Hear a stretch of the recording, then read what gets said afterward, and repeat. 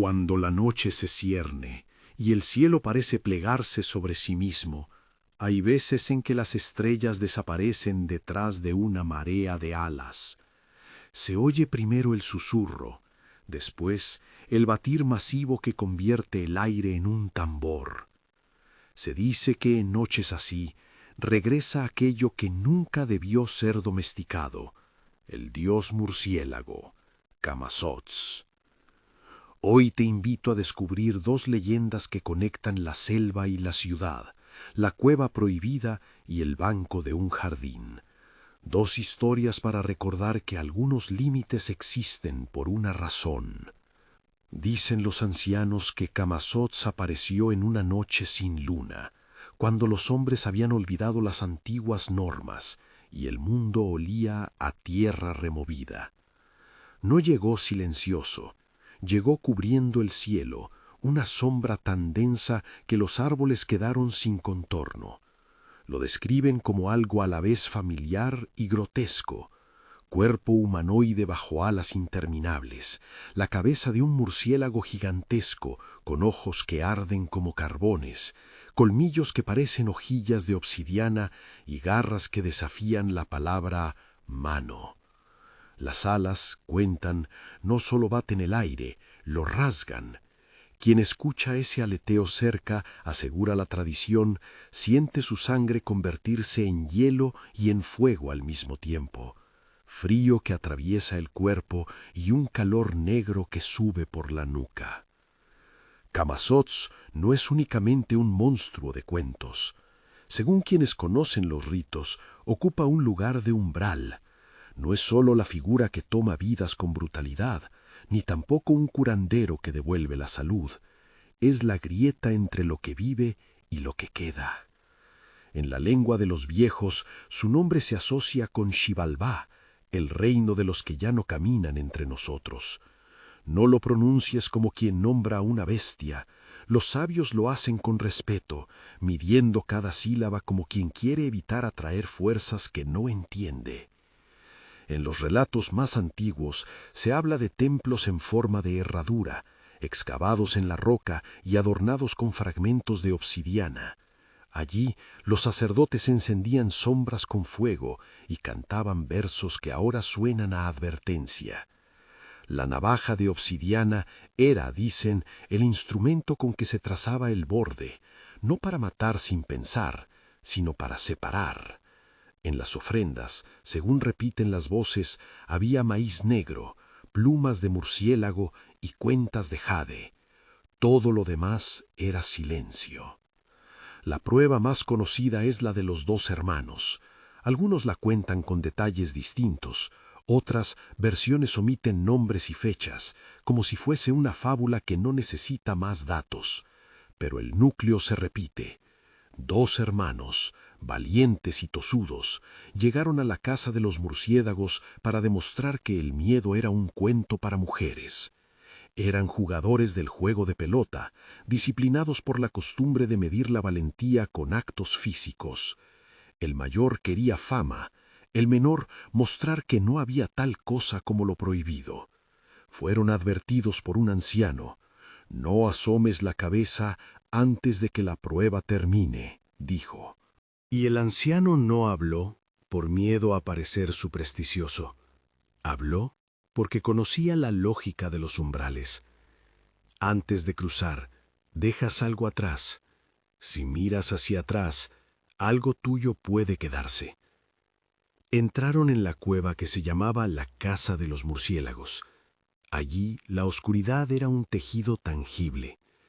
No era simplemente ausencia de luz, era una sustancia que pegaba a la piel. El murmullo de alas venía desde dentro, un coro que no pertenecía a ningún animal conocido. Parecían risas, plegarias y cuchillos simultáneos. Los hermanos jugaron la prueba. Se dice que la tarea consistía en traer un objeto sagrado sin perder la calma, sin traspasar la voluntad del guardián. El hermano mayor fracasó por soberbia, el menor por impaciencia. El momento que repiten todos los relatos y del que nadie ofrece detalles explícitos de violencia porque la tradición evita convertir dolor en espectáculo. Es breve y brutal en su insinuación. El hermano menor, a la mitad de la prueba, no aguantó la curiosidad. Asomó la cabeza para ver qué había más allá. Y entonces ocurrió lo que los niños susurran en las plazas. Una mano alada tomó lo que había asomado. No es que el cuerpo fuera arrancado y expuesto con lujuria. La leyenda lo trata con discreción. Se habla de un silencio tan pesado que pudo oírse el latido del mundo, y después la cabeza, que ya no respondía. Los murciélagos se alzaron en una marea de sonido, como si celebraran una costumbre antigua. El remedio no vino de una vara ni de una plegaria fácil. Intervino una criatura que parece salida de otro mito, una tortuga, lenta y firme, que los ancianos mencionan con respeto. La tortuga devolvió la cabeza, o lo que permitió devolver la vida al hermano menor, pero no en la forma que era antes. Donde antes había rasgos clásicos, ahora había una mezcla. La cabeza volvía, pero con una modificación que dejaba claro que el umbral no perdona el desprecio. En algunas versiones, la tortuga cosió lo que estaba roto con hilo de fibra vegetal. En otras, la cabeza regresó con un murmullo que nadie entendió.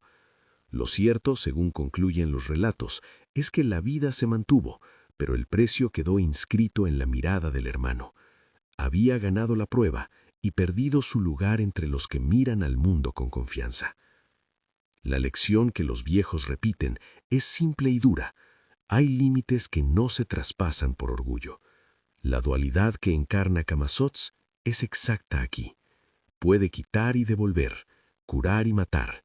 Es un custodio de umbrales que recompensa la humildad y castiga la presunción. No es un espíritu nepotista ni un dios hospitalario. Es un recordatorio de que la vida y la muerte dialogan en lugares donde los vivos rara vez comprenden las reglas. Esa regla, según se cuenta en los pueblos que bordean la selva, persiste. En tiempos modernos, la figura no tiene templos de piedra, pero mantiene sus huellas. La boca oscura, una cueva profunda que los vecinos nombran con respeto y miedo. Es un vestigio de aquello que antes se llamaba Casa de los Murciélagos. No es un sitio turístico. De hecho, las autoridades locales, los guardabosques y los ancianos han acordado, en la práctica, sellarla. No como un acto de censura, sino como un gesto de prudencia colectivo. Algunos límites no necesitan ser comprobados. A lo largo de las últimas décadas, han llegado curiosos y expedicionarios con lámparas LED, cámaras y una fe moderna en que todo se puede explicar. Los relatos que sobreviven hablan siempre de la misma secuencia. Primero, la incredulidad. El equipo monta tienda, se burlan de los relatos y hacen un fuego banal. Después viene el aleteo, apenas percibido. Al principio lo atribuyen a murciélagos comunes, a fauna local. El sonido crece, no de forma lineal, sino como una mano que aprieta la cerradura. Aparecen pequeñas señales, cuerdas tensas desatadas, equipo arrastrado, la sensación de que todo, de repente, ha sido observado por ojos numerosos. Los radios pierden señal en el punto justo donde la cueva se traga la luz. Por la mañana, según cuentan, no queda rastro de algunos miembros del grupo. Solo quedan objetos, una mochila abierta, botellas esparcidas, una línea de huellas que termina en la roca. Nadie dice que la cueva los haya tragado como un agujero. Se dice que la cueva, o lo que habita en ella, reclamó algo que no le pertenecía por derecho. Antes de seguir con estos testimonios, es imprescindible una advertencia. No vaya nadie a buscar la boca oscura guiado por el morbo de la historia. Es peligroso, es ilegal en muchos casos, y además hay vidas en riesgo. Las comunidades que protegen esos lugares no lo hacen por oscurantismo, sino por experiencia y cuidado. Si en algún momento este relato despierta en ti la curiosidad por ver con tus propios ojos, recuerda que la historia y la tradición se sostienen en respeto y prudencia. Los ancianos del poblado cuentan estas desapariciones en voz baja. Un guardabosques, al que algunos llaman Don Manuel, ofrece una versión que mezcla escepticismo y fatiga. Dice que no todas las desapariciones tienen que ver con lo sobrenatural. La selva guarda trampas, precipicios camuflados, grietas, quedas de temperatura que confunden a quien no conoce la espesura.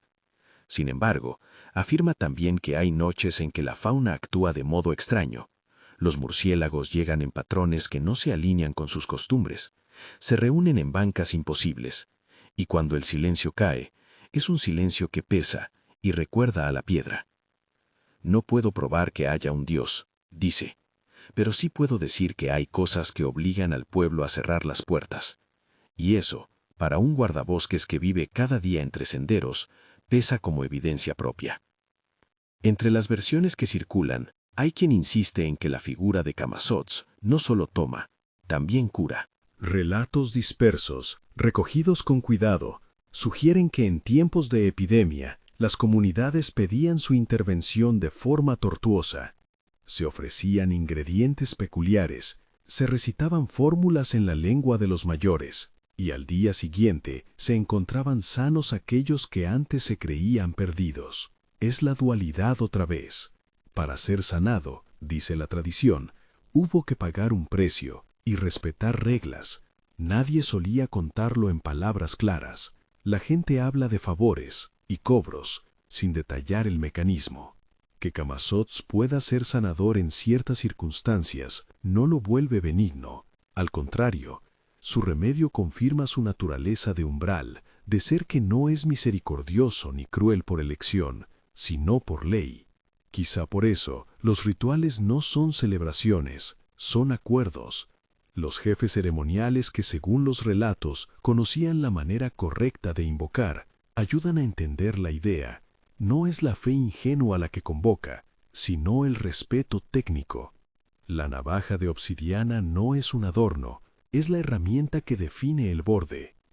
Los sacerdotes, en los mitos, dicen palabras que suenan como órdenes y como ruegos, y la gente escucha. Quizá por eso ciertas cuevas permanecen cerradas y selladas con piedra y barro, no tanto para esconder algo, sino para mantener el acuerdo. En la noche, sin embargo, los viejos repiten que no es suficiente con cerrar la boca de piedra. Camazotz y los suyos siguen siendo parte de la selva. Sus ojos son los murciélagos, sus pasos, los ruidos que extravían a los curiosos. Dicen que el murmullo puede ser razonable o absurdo. A veces es un chillido ininteligible, otras, una voz que parece pronunciar un nombre. Hay quienes juran que en sueños les fue devuelto un objeto que habían perdido en la cueva, o que al volver a la aldea hallaron marcas nuevas en la puerta de su casa. El folclore no es acumulación de hechos, es una conversación entre lo que se debe guardar y lo que la memoria insiste en no olvidar. La selva no es la única que guarda sus fronteras. Si prestas atención, descubrirás que el motivo se repite en sitios que no imaginamos: plazas, mercados, jardines donde los árboles llevan años siendo testigos. La siguiente historia no sucede entre raíces y rocas, sino en un parque bordeado por fachadas pulidas, donde la feria se instala cada año. Está en la ciudad de Aguascalientes, bajo la sombra de un fresno que mira la catedral.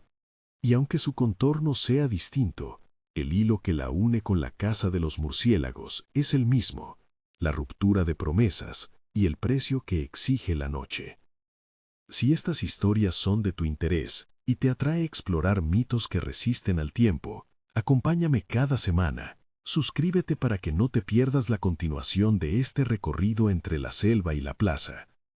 La transición entre los ecos de la cueva y los murmullos de la ciudad puede imaginarse como una sola nota, un aleteo que se desliza por una ventana mal cerrada hasta mezclarse con la brisa de la feria. Donde en la selva la gente teme pisar, en la ciudad los habitantes desconocen que caminan sobre ruidos antiguos. En Aguascalientes, el Jardín de San Marcos no fue siempre el sitio de diversiones que hoy conocemos. Hace más de un siglo, su fresno era testigo de promesas y negocios que no conocían la misericordia. Allí comenzó la historia de don Felipe Rey González, un comerciante que confió en su fortuna más que en su palabra. Los relatos sobre don Felipe tienen fecha aproximada en los viejos registros, mediados del siglo XIX. La ciudad entonces era distinta, pero la tentación de la riqueza no cambia con las fachadas. Se dice que don Felipe enterró su fortuna bajo el fresno después de una noche de lucidez y miedo, y juró en la capilla cercana que compartiría lo necesario si era liberado de una acusación que le pesaba. Hizo un juramento público, fue liberado, y luego rompió su palabra. El resto, aseguran las voces de la ciudad, es un pagar que no se puede evadir. Pero eso pertenece al próximo momento de la historia. Por ahora, regresemos un instante al aleteo que recorre las orillas de la selva y la plaza. Hay un nexo invisible entre la boca oscura y el banco del jardín, el concepto del límite. En ambos lugares, la gente repite una sola enseñanza que atraviesa generaciones. La traducción no literal que ofrece la gente de la calle es clara. No todo lo que brilla merece ser tomado, y no todo lo que está cerrado pide ser forzado. ¿Qué sucede cuando se rompe esa regla? Las respuestas que entregan las leyendas no son cómodas. Desaparecen personas, vuelven con cambios que nadie desea. La noche responde con formas que la razón tarda en nombrar. Al caer la tarde sobre el poblado cercano a la cueva, las familias cierran puertas y elevan oraciones que suenan más a protección que a plegaria. En la plaza, algunos niños todavía repiten la historia de los hermanos como juego. Hacen apuestas con palos y sombras. Los murciélagos vuelan fuera de la vista, y el mundo, por un instante, parece recuperarse. Pero la memoria colectiva no se distrae mucho tiempo. Cuando el viento cambia, vuelven los pequeños detalles. Un anochecer en que la radio falla, una cámara que deja de grabar, el perro que no ladra. Pequeños avisos que a fuerza de repetirse construyen la leyenda. Y mientras la selva guarda su boca y la ciudad su fresno, el hilo que une los relatos sigue tenso. Aún quedan preguntas sin respuesta. ¿Qué precio pagó realmente el hermano menor? ¿Qué ocurrió con los expedicionarios de la boca oscura aquella última noche? ¿Es la tortuga un símbolo, una criatura real o un recurso de la tradición para explicar lo inexplicable?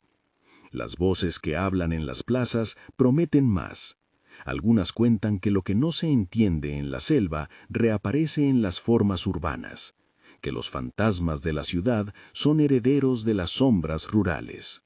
Por ahora, es suficiente saber que si escuchas el aleteo entre árboles o el roce de una sombra bajo la luz de un farol, hay historias que respiran a su alrededor.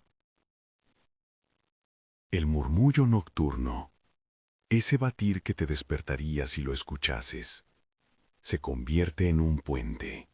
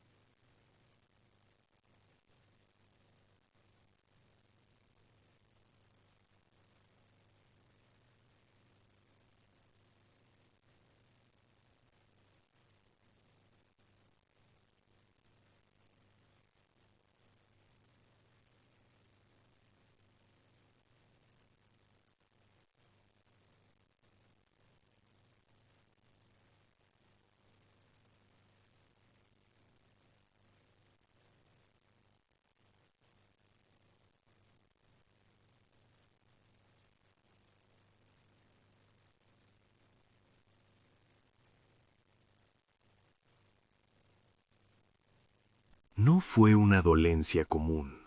Los médicos de su tiempo anotaron en sus cuadernos fiebre intermitente, un sufrimiento que no cedía a los remedios conocidos, una palidez que no se parecía a la de simples enfermos.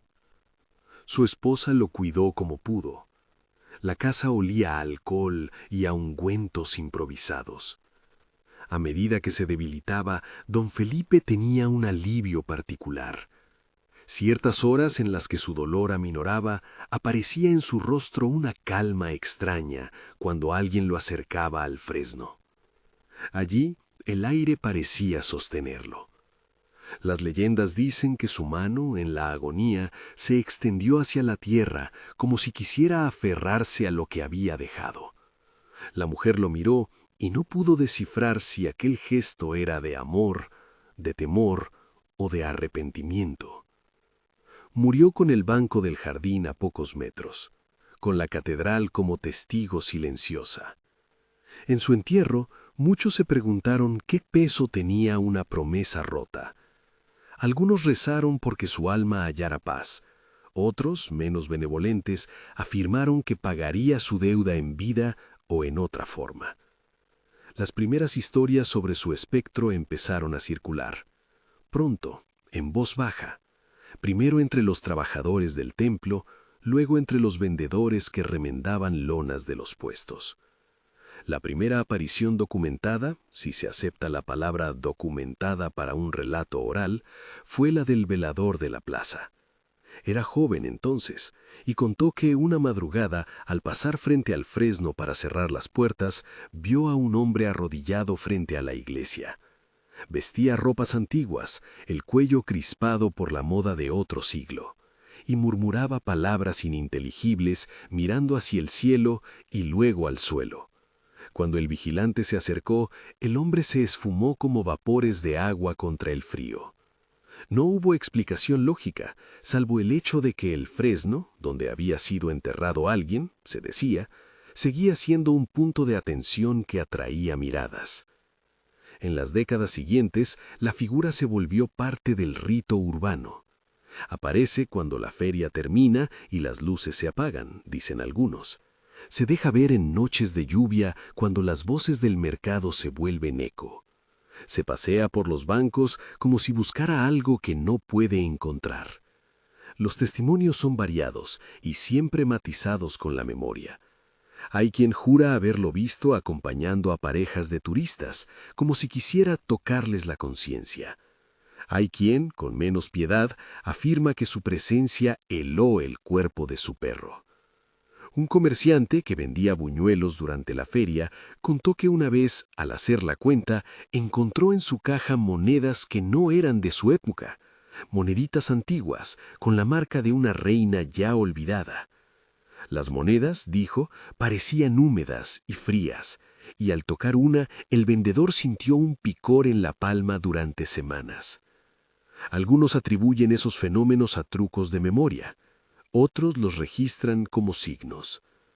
Las descripciones del fantasma comparten ciertos rasgos. Viste de forma antigua, su andar es medido, su gesto mezcla la derrota con el reproche. No se le ve atacar. Su presencia es más bien una pesadumbre que presiona los espacios. En su mejor versión, porque la ciudad necesita creer en algo de salvación, don Felipe aparece junto al banco, inclina la cabeza frente a la iglesia y al final se marcha con una resignación que parece pedir perdón. En otras versiones, que crecen con el tiempo, su aparición coincide con la sensación de un deseo maligno. La gente que se cruza con él siente un tirón hacia la tierra, como si una mano invisible le pidiera que buscara bajo las raíces del fresno. Los que excavan recuerdos para hallar pruebas dicen que hubo intentos de encontrar el tesoro. Familias enteras, guiadas por mapas orales o por supuestas pistas dejadas en cartas, pensaron que tenían derecho a recuperar lo que don Felipe escondió. Pero el jardín está bajo vigilancia pública y las excavaciones sin permiso son ilegales.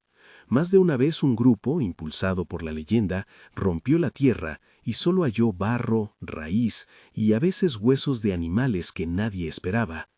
Cuando el rumor crece, La municipalidad recuerda a los curiosos que no es prudente remover el suelo sin autorización, se corre riesgo de daño, se perturba la memoria de un sitio compartido, y en la versión menos institucional, se despierta algo que preferiría seguir en silencio. Si en la selva la boca oscura guarda silencio con el sonido de las alas, en la ciudad ciertas noches el aire parece resonar con un susurro parecido a ese aleteo. No es literal, por supuesto. Aquí el rumor lleva olor de fritura, de cerveza derramada y de incienso. Aún así, algunos relatos insisten en una escena que deviene en clásico. La feria está en su plenitud, las voces compiten por atención, los niños corren con globos.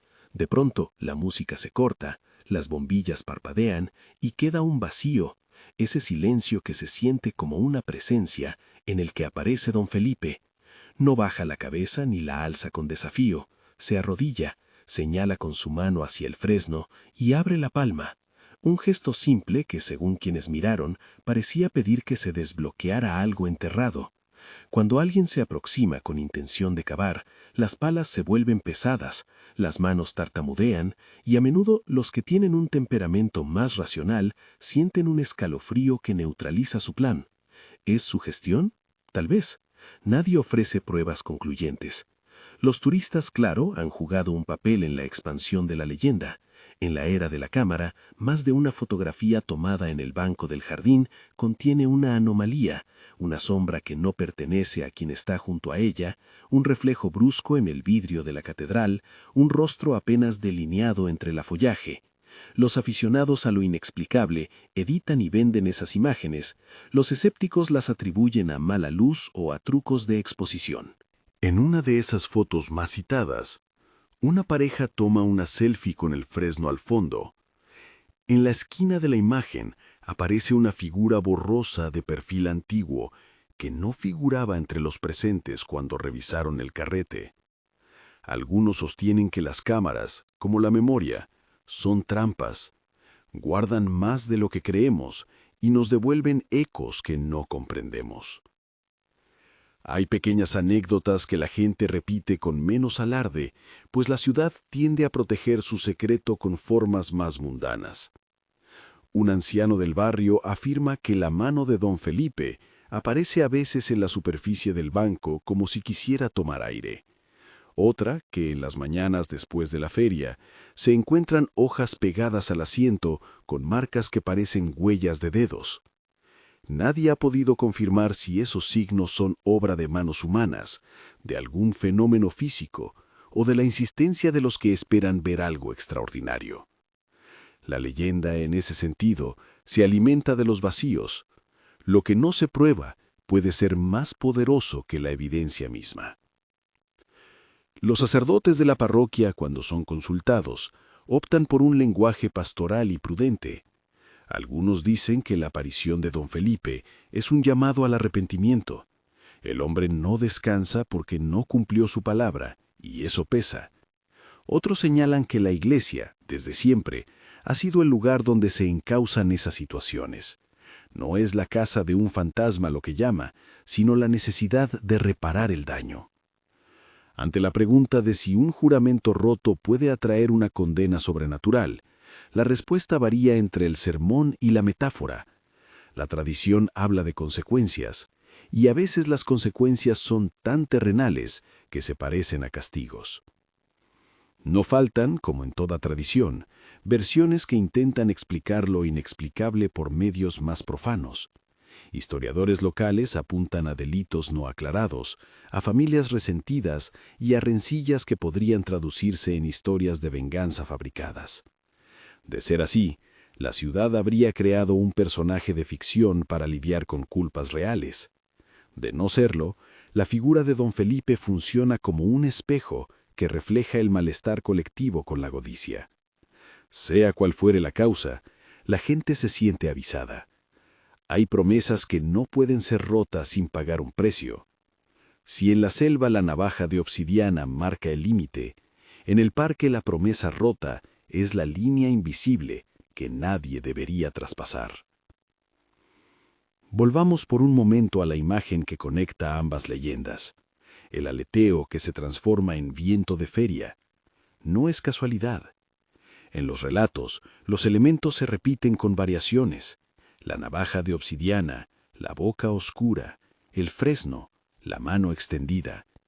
Los ancestros parecen recordarnos que la noche tiende a responder igual, sin importar si la tierra la recibe con raíces o con adoquines. Ambas historias se sostienen sobre la idea de un intercambio.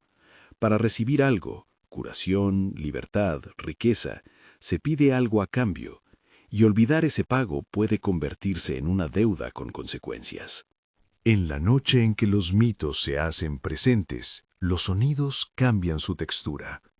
En la selva, el batir de alas es denso. En la plaza, el rumor de voces se vuelve plano. En ambas, la gente recuerda que no todo se puede tocar solo porque brilla. No es una moralina simplona, es una advertencia que atraviesa generaciones. La promesa de don Felipe no fue solo una falla ética, fue un puente que rompió la relación entre lo que dijo y lo que hizo, entre la comunidad y quien la traicionó. Eso, para los viejos, es delito mayor. Con el paso de los años, algunos intentaron modernizar la leyenda. Guías turísticos que ofrecen recorridos nocturnos, videos no oficiales en Internet, foros donde extraños opinan y donde la verdad se diluye en decenas de comentarios contradictorios. Los guardianes de la memoria, los viejos que conocen la ciudad, observan con desconfianza, no por temor a perder el relato, sino porque saben que la curiosidad sin respeto puede traducirse en daño. Por eso repiten, con voz áspera o con paciencia: no entres a sitios cerrados, no cabes en parques, escucha a los ancianos. Esa advertencia no es solo prudencia, es un acto de conservación cultural. Aún así, la leyenda persiste y se reinventa. En noches propicias, las viejas que venden veladoras en la acera buscan clientes que no saben qué pedir. Luz para el alma, luz para encontrar un tesoro, luz para calmar el miedo. Los niños juegan a hacerse fantasmas y, sin saberlo, enseñan a los mayores a reír de aquello que no entienden. Pero la risa se calla cuando la música se detiene y la plaza se queda sola. Entonces, la historia recobra su fuerza. Hay relatos, recogidos con delicadeza por entrevistadores que han querido preservar la voz popular, que cuentan un episodio final que muchos prefieren no repetir en voz alta. La feria de un año cualquiera se acercó a su cierre. La gente se acomodaba para ver el espectáculo final. Alguien dejó una pala apoyada junto al banco. Era un joven que había trabajado cavando zanjas. La pala brillaba con la promesa de un día de pago. Cuando la música cesó, don Felipe apareció. El joven, que se consideraba escéptico, sintió un peso en el pecho tan grande que tuvo que sentarse. En la palma del fantasma, dijo luego, había una moneda vieja que destelló bajo la luz de los faroles. La moneda rodó por el suelo y se quedó junto a la base del fresno. Cuando el joven quiso recogerla, sus dedos se detuvieron. La moneda estaba fría, como el metal sacado de la tierra. No era plata común, parecía otra cosa. Algunos testigos afirman que fue la moneda lo que encendió la discusión entre quienes querían cavar y quienes juraban que no se debía tocar nada. Al final, nadie cavó. La pala quedó tirada y la feria siguió hasta la madrugada. A la mañana siguiente, la moneda había desaparecido. Esa anécdota resume algo esencial. El misterio a veces no se deja exprimir hasta la última gota. Se presenta en guiños, en señales que prueban la existencia de algo sin permitir su captura definitiva. ¿Es don Felipe un espíritu que reclama lo que enterró? ¿Es la ciudad que se castiga a sí misma por la traición de un hijo suyo? La respuesta, si la hay, pertenece a la noche y a la gente que la habita. Lo que sí parece claro para quienes viven cerca del jardín y para los que han escuchado la historia muchas veces, es que la figura del hombre fantasma cumple una función social. Recuerda que la palabra, la confianza y el respeto por los límites no son meros adornos morales, sostienen la vida en comunidad. Antes de cerrar, conviene volver al murmullo que abría estas historias, el aleteo que cubre el cielo. No debemos olvidar que los murciélagos, en la vida real, cumplen un papel ecológico fundamental. Controlan insectos, polinizan plantas y mantienen el equilibrio de los ecosistemas. El folclore, cuando habla de ellos como ojos y heraldos de Camazotz, no niega su valor natural. Lo complementa con una capa simbólica que recuerda lo frágil de los tratos humanos. Recordarlo no reduce el misterio, lo sitúa en un contexto más humano, la naturaleza y la cultura entrelazadas. Al terminar este recorrido, queda una sensación que no es ni consuelo ni terror absoluto, sino una mezcla de ambas. Las leyendas de la selva y de la ciudad, conjuntas, funcionan como espejos. En uno vemos la tentación de cruzar un umbral sin respeto. En el otro, la urgencia de reparar lo que se rompió. En ambas, la noche responde con formas que la razón vacila en descifrar. Dejemos la última imagen en la memoria. El fresno del jardín, sus raíces susurrando bajo la tierra, y no muy lejos, la boca oscura de la selva, cerrada con barro y piedra. Entre ellas, una línea tenue que sostiene el mito. Si alguna de estas historias te inquietó o te dejó pensando en promesas y límites, escribe en los comentarios cuál te marcó más y si alguna vez sentiste algo extraño en la noche de tu ciudad. Comparte este video con alguien que disfrute del misterio. Y recuerda, si algún día la curiosidad te empuja a querer comprobar un cuento, respeta los lugares, a la gente que los protege y las leyes que los amparan. No busques la boca oscura con linterna en mano, ni cavar bajo un fresno por diversión. Hay historias que piden cuidado. Termino con la misma imagen con la que empecé, porque algunas cosas pierden su fuerza si no se encadenan una a otra. Cuando miles de alas vuelven la noche en una cortina y el mundo parece quedarse sin contorno, hay voces que recuerdan a los vivos sus límites. Descubre leyendas de terror mexicanas, el dios murciélago y el hombre fantasma. Si decides escuchar, hazlo con respeto.